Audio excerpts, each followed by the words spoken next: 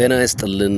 አዛውንት ፕሬዝዳንቶች በተለመዱባት አፍሪካ ድንገት ወደ መሪነት ስፍራ የመጣ በምርጫ ሳይሆን በአፈሙዝ መንግስትን የገረሰሰ የ34 ዓመት ወጣት ጊዜው ከ2 ዓመት በፊት ሀገሪቱ ደግሞ ምዕራብ አፍሪካዊቷ ቡርኪና ፋሶ ሰውየው ካፒቴን ኢብራሂም ትራውሬ በርካቶች በቡርኪናዎች ዘንድ የምንጊዜም ጀግና ከሆነው ቶማስ ሳንካራ ጋር በማመሳሰል ዳግማዊ ቶማስ ሳንካራ ያሉ ይጠሩታል። በርግጥ ሁለቱንም የሚያመሳስላቸው ባህሪያቶችም አሏቸው። ቶማስ ሳንካራ የትኛውንም ኃይል አይፈሩም ነበር። ትራውሬም እንደዚያው። ሳንካራም ሆነ ትራውሬ ካፒቴኖች ናቸው። ወታደራዊ መንግስቱን ለመገርሰስ 8 እና 9 ወራት የፈጀባቸው ሲሆን በእነዚህ ወራቶች በርካታ ጊዜ ነው መፈንቅለ መንግስት ያደረጉት። በመጨረሻም ተሳክቶ ወደ ስልጣን ሲመጡ ሁለቱም እድሜያቸው 34 ነው። ኢብራሂም ትራውሬ ደሃ በተባለች አካባቢ ነው የተወለደው። ምንም ያህል ነገሮች ቀላል ባይሆኑለትም ትምህርቱን ከመማር ግን አላገደውም። የመጀመሪያ ደረጃ ትምህርቱን እዚያው የትውልድ ስፍራው ላይ፣ ሁለተኛ ደረጃ ትምህርቱን ደግሞ የሀገሪቱ ሁለተኛ ከተማ በሆነችው ቦቦዲ ጨርሷል። ኋላም ወደ ዩኒቨርሲቲ ገብቶ ጂኦሎጂ አጥንቷል። በትምህርት ቤት ቆይታውም አይናፋር ደሞም ጎበዝ ተማሪ ነበር። ኢብራሂም ትራውሬ እንደ አብዛኞቹ የሀገሪቱ የጦር መኮንኖች ገና በታዳጊነቱ አልነበረም ወደ ጦር አካዳሚ ተቀላቅለው የዩኒቨርሲቲ ትምህርቱን ካጠናቀቀና ዲግሪውን ከጫነ ወዲህ ነው ሀገሩ ቡርኪና ፋሶ ልክ እንደ ሻኪሶ ደሞም እንደ ዲማና እንደ ቤኒሻንጉል ወርቅ እንደ ጠጠር የሚለቀምባት ስፍራ ነች።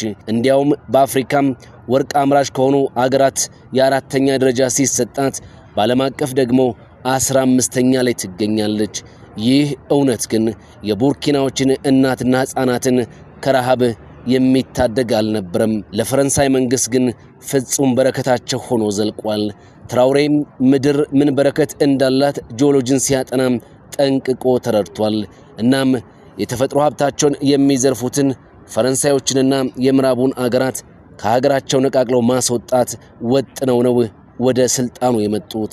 ስልጣኑን እንደያዙም ለማጣራት በሚል ሰበብ ወደ ፈረንሳይና ሌሎች ሀገራት በገፍ የሚጋዛውን ወርቅ ለማስቀረትና ቡርኪናዎች በልተው እንዲያድሩ በማለት ወርቅን የሚያጣራ ፋብሪካ ከፈቱ። ቀጥለውም ለሀገሪቱ የመጀመሪያ የሆነውን የቲማቲም ማቀነባበሪያ ፋብሪካ ተከሉ። መንገዶች፣ የከተማ መኖሪያ ቤቶች ግንባታ፣ የባቡር ሀዲድ ዝርጋታ እንዲሁም ግብርናን የማዘመን ስራም በስፋት ጀመሩት። ቡርኪናዎች ተስፋቸው ታደሰ። እውነትም ቶማስ ሳንካራ በማለት እያሞካሿቸው ቀጥሏል። በሀገሪቱ የፖለቲካ ሜዳ ስማቸው ገነው ከቀጠለ እነሆ 2 ዓመታት አልፈዋል። ወደ ስልጣን ሲመጡ አንግበው የመጡትን የውጭ ጣልቃ ገብነትን እንዲሁም የተፈጥሮ ሀብት ዝርፊያን ለማስቀረት የያዙትን ውጥን ተግባራዊ ያደረጉት ቀጥሏል። ይህ ደግሞ በቡርኪናዎች ዘንድ የኛ ጀግና ሲያስብላቸው፣ ሌሎች ኃይሎች ደግሞ እሳቸውን ከስልጣን ለማውረድ ማሰብና መሞከር እንዲጀምሩ መንገድም ከፍቶላቸዋል። የአፍሪካ ሀገራት ከምዕራቡ ዓለም ፍላጎትና ጥቅም የሚጋጭ ፖሊሲን ተግባራዊ ሲያደርጉ የሚገጥማቸው ይታወቃል። ላብነትም የሊቢያው ሙአመር ጋዳፊን ማስታወስ እንችላለን። ህዝብ ላይ የውጭ ኃይሎችን ጫና መቀነስ ላይ ካተኮሩም በቃ አንድ ነገር ይሆናል፣ እርሱም ስልጣኑ ተላልፎ ይሰጣል። ትራውሬም የስጋት አለባቸው። የምዕራቡ ዓለም በሀገሪቱ ውስጥ ካለው የቡርኪና ጦር ጋር በመወገን ከስልጣን ለማንሳት ሙከራ አድርጓል። ቶማስ ሳንካራንም የውጭ ኃይሎች ነበሩ ከስልጣን እንዲነሱና ኋላም አሳዛኙን አሟሟታቸውን ጭምር ያቀነባበሩት። እናም አፍሪካም አብዮተኛ መሪ ሲወለድላት ከውጭም ከውስጥም አጨንጋፊው ብዙ ነው። አንዳንዶች አሁን ይሰጋሉ።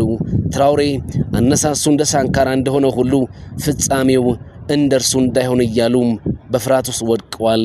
በእርግጥ ትራውሬ ከፑቲን ጋር ናቸው፣ ግን የሚሆነው አይታወቅም።